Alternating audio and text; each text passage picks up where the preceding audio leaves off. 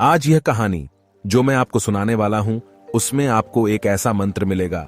उसे समझने के बाद आपको एक ऐसे मंत्र का पता चलेगा जिससे आप यह समझ पाएंगे कि अपने मन से कोई भी चीज कैसे करवाई जाती है, मन में किसी भी बात का बीज कैसे बोया जाता है।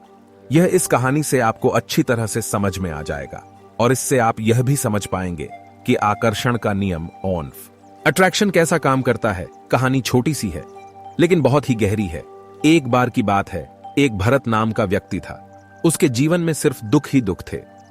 वह जो भी काम करता, बेचारे का काम पूरा ही नहीं होता। घर में आता तो घर में क्लेश बना रहता, किसी से मदद मांगता तो कोई भी उसकी मदद नहीं करता। ऐसा लगता था कि चारों ओर से दुखों का पहाड़ उसी पर टूट पड़ा। उसे समझ में नहीं आ रहा था कि मैं इन दुखों से कैसे पार पाऊं। वह दिन रात यही सोचता रहता कि अपने दुखों से छुटकारा कैसे पाना है। इसी कारण से वह रात में सो भी नहीं पाता था।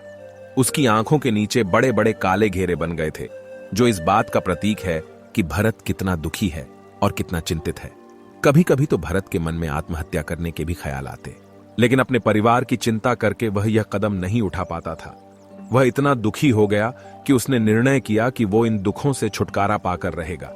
इसके लिए चाहे उसे कितनी भी मेहनत करनी पड़े, कुछ भी करना पड़े, चाहे अंगारों पर चलना पड़े, लेकिन दुखों से छुटकारा हासिल करके रहेगा। ऐसे ही उसने अपने एक मित्र से पूछा कि मैं अपने जीवन को कैसे सुधारें। उसके मित्र ने उसे बताया कि तुम किसी बाबा के पास जाओ। बाबा के पास ऐसा मंत्र होता है जिससे सारे दुख मिट जाते हैं, जीवन खुशियों से भर जाता है और धन संपदा भी हासिल हो जाती है। तुम किसी ऐसे बाबा को ढूंढ लो, बस तुम्हारा काम बन जाएगा। भरत के मन में यह बात पूरी तरह से बैठ गई कि कोई बाबा ही मेरा दुख दूर कर सकता है, और इसीलिए उसे किसी भी बाबा के बारे में पता चलता तो वह उस बाबा के पास पहुंच जाता। उस बाबा को अपनी समस्या बताता और उससे उसका समाधान पूछता और कहता कि बाबा, मैं कुछ भी करने के लिए तैयार हूं, लेकिन मेरी इन समस्याओं से मुझे छुटकारा दिला दीजिए। जो आप कहेंगे वह मैं करूंगा, लेकिन मेरे जीवन को सुधार दीजिए।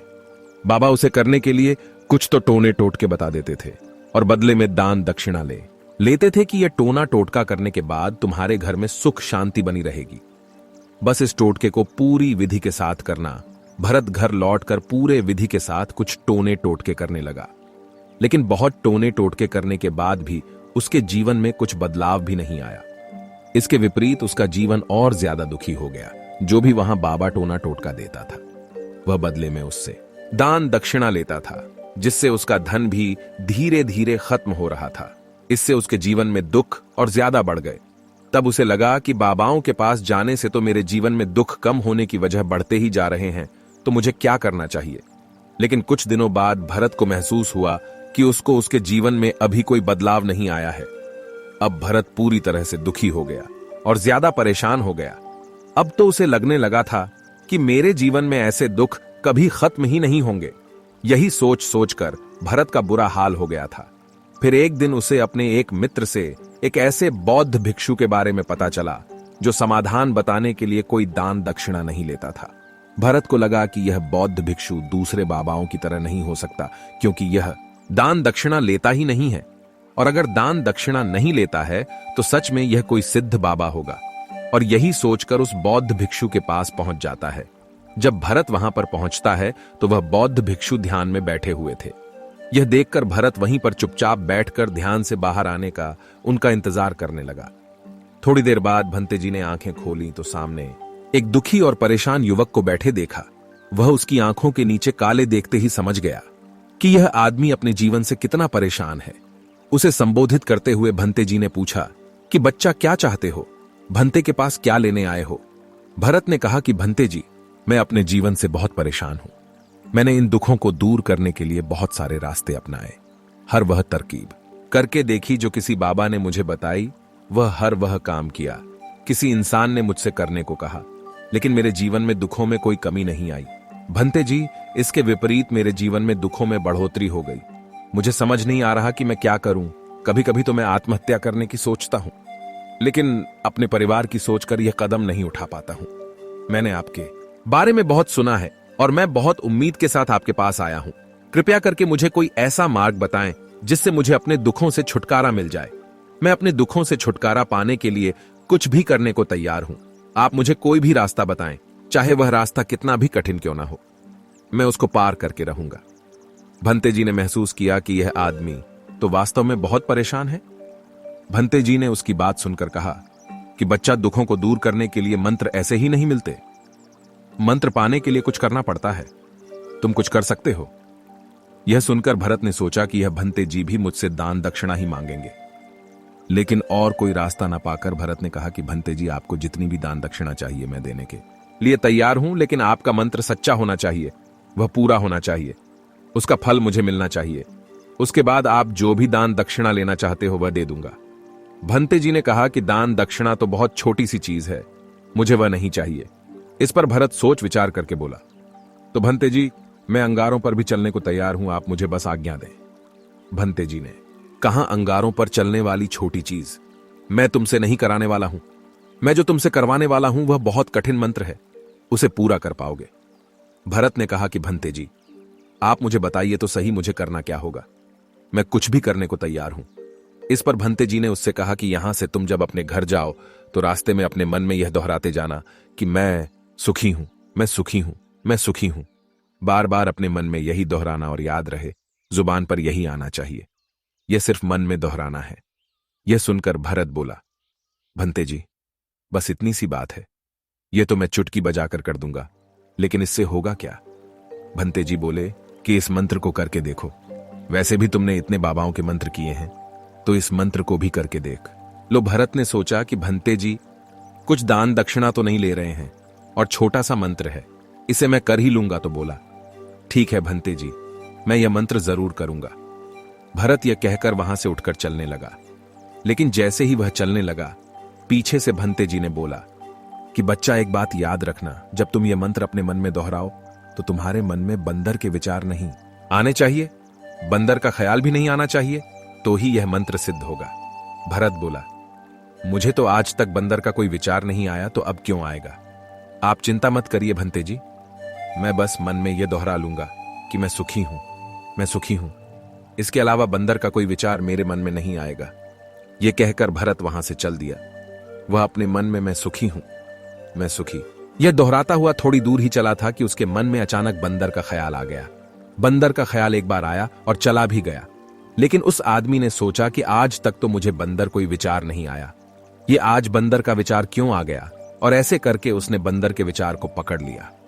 वह यह भूल गया कि मुझे क्या मंत्र दोहराना है, और वह बंदर के बारे में सोचने लगा। जब थोड़ी देर बाद उसे फिर से होश आया, तो फिर से वह अपना मंत्र दोहराने लगा, जो भंते जी ने उन्हें बताया था, मैं सुखी हूं, मैं सुखी हूं। लेकिन अचानक से उसे सामने से एक बंदर दिखाई दिया। यह देखकर उसके मन में फिर से बंदर का विचार उठने लगा, और वह उस विचार को अपने अंदर से बाहर फेंकना चाहता था। वह चाहता था कि मेरे अंदर से किसी भी तरह बंदर के विचार नहीं आए, लेकिन उसे सामने बंदर ही दिखाई दे गए। ऐसा ही जद्दोजहद करते हुए वह घर पहुंचा, और घर पर पहुंचने के बाद अपनी पत्नी को कहा कि ऐ बंदरिया, मुझे खाने में बंदर परोस दो। और जब उसे एहसास हुआ कि उसने क्या बोल दिया, तो वह अपने बाल नोचने लगा। वह दीवारों में सिर मारने लगा कि आज तक मुझे बंदर का कोई विचार नहीं आया, और आज मुझे यह क्या हो गया है कि मुझे हर जगह बंदर ही बंदर नजर आ रहे हैं। यह कैसी माया है? यही सोच सोचकर भरत रात भर सो नहीं पाया। रात भर करवटें बदलता रहा, और सुबह उठकर सबसे पहले ही वह उसी भंते जी के पास पहुंच गया और उनके चरणों में गिर कल बहुत बोल रहा था कि भंते जी, पता नहीं क्या चमत्कार हो रहा है, आज तो मुझे बंदर का कोई विचार नहीं आया, लेकिन कल से जब से आपने मुझसे कहा कि बंदर का विचार नहीं आना चाहिए, तब से मुझे हर जगह बंदर ही बंदर नजर आ रहे हैं। भरत ने कहा कि भंते जी, मुझे तो आपके पीछे पेड़ पर बैठा हुआ बंदर केला खाता हुआ दिखाई दे रहा है, यह सब क्या हो रहा है? भंते जी यह सुनकर हंसने लगे और बोले, बच्चा, मन का जाल एक ऐसा जाल है, इसे समझ पाना इतना आसान नहीं है। बंदर तो तुम्हारे रास्ते में पहले भी आते थे। जब तुम मेरे पास आए थे तो इन्हीं पेड़ों पर यह बंदर घूम रहे थे, लेकिन तुम्हें ध्यान में यह बंदर नहीं था। तब तुम्हारे ध्यान में सिर्फ अपने दुख थे। इसके बाद भंते जी ने उसे बताया कि बच्चा, हम जिस चीज से भी दूर भागना चाहते हैं, वही चीज हमारे मन में बहुत गहरे में प्रविष्ट हो जाती है, वह हमारे अंतर्मन में समा जाती है। असल में हम जिस चीज से भी छुटकारा पाना चाहते हैं, उससे छुटकारा इसीलिए पाना चाहते हैं कि वह हमारे साथ बहुत गहरे से जुड़ी हुई है, और हम जितना उससे छुटकारा पाना चाहते हैं, वह उतनी ही गहरी हमारे मन में बैठती चली जाती है और आखिरकार हमारे अंतर्मन में छा जाती है। ऊपर से तो हम चाहते हैं सुखी होना कि मैं सुखी हूं, मैं सुखी हूं। हमारे होंठ भी यही बोलते रहते हैं, लेकिन हमारे मन में दुख समाये होते हैं। हमारे विचारों में, हमारे मन में हमें दुख ही दुख दिखाई देते हैं। इसलिए अपनी जुबान से बार बार यह बोलने से कि मैं सुखी हूं, मैं सुखी हूं, हम सुखी नहीं होंगे जब तक यह मंत्र हमारे अंतर्मन में प्रविष्ट नहीं होगा। इस पर भरत ने पूछा कि भंते जी, लेकिन यह मंत्र हमारे अंतर्मन में प्रवेश कैसे होगा? यह सुनकर भंते जी ने कहा कि बच्चा, अपने दुखों से लड़ना बंद कर दो। जब तक तुम अपने दुखों को दूर करने की सोचते रहोगे, तब तक दुख तुमसे चिपके रहेंगे, तब तक वह दुख तुम्हारे अंतर्मन पर अपना राज जमाए बैठे रहेंगे। और जिस दिन तुम उन दुखों के बारे में सोचना ही छोड़ दोगे, उन दुखों से छुटकारा ही पाना नहीं चाहोगे, उसी दिन से तुम्हारी जिंदगी से दुख गायब हो जाएंगे। क्योंकि किसी भी चीज से छुटकारा पाने के लिए हमें उस चीज के बारे में सोचना पड़ता है, और हम जितना ही उस चीज के बारे में सोचते हैं, वह उतनी ही गहरी हमारे अंतर्मन में प्रवेश होती चली जाती है। हम अधिकतर समय दुखों के बारे में ही सोचते हैं। हम यही सोचते हैं कि हमारे जीवन में दुख है और इससे हमें छुटकारा पाना है। इसी वजह से बार बार सोचने से वह दुख हमारे अंतर्मन में प्रविष्ट हो जाते हैं और हमें एहसास भी नहीं होता। इसलिए अगर तुम्हें दुखों से छुटकारा पाना चाहते हैं, तो दुखों से छुटकारा पाने के बारे में सोचना छोड़ दो। तुम्हें दुखों से छुटकारा मिल जाएगा। अक्सर आदमी धूम्रपान व शराब छोड़ना चाहता है। सुबह अपने आप से यह बातें करता है कि मैं कोई भी गलत काम नहीं करूंगा, लेकिन शाम को जब लौटता है तो नशे में चूर होकर लौटता है। ऐसा क्यों होता है कि जो हम सोच रहे हैं वह पूरा कर ही नहीं पा रहे हैं? असल में हम उस चीज को बहुत ज्यादा तवज्जो दे रहे हैं, उस चीज को बहुत ज्यादा अहमियत दे रहे हैं। जब भी हम उस चीज को छोड़ने के बारे में सोचते हैं, तो हम उसकी इंपॉर्टेंस यानी कि विशेषता और ज्यादा बढ़ा देते हैं। हमारा मन उस चीज के बारे में जितना अधिक सोचेगा, शराब या धूम्रपान छोड़ने के बारे में जितना ज्यादा सोचेगा, हमारा मन उस चीज के पीछे उतना ही ज्यादा भागेगा। हमें उस चीज से लड़ना नहीं है, बल्कि बिना सोचे गुजर जाना है। और अगर इस मंत्र को हम समझ लेते हैं, तो हम अपने जीवन में जो भी पाना चाहते हैं, उसे अपने अंतर्मन में डाल सकते हैं, और एक बार वह लक्ष्य हमारे अंतर्मन में बैठ जाता है, तो फिर सफलता पाने में कोई समस्या नहीं आती, कोई दिक्कत नहीं होती। यह कहानी आपको कैसी लगी और आपको इस कहानी से क्या क्या सीखने को मिला, यह हमें नीचे दिए गए कमेंट बॉक्स में कमेंट करके जरूर बताएं। साथ ही अगर आपको यह कहानी पसंद आई होगी तो अपने दोस्तों के साथ इसे जरूर शेयर कीजिए। चैनल को सब्सक्राइब करें।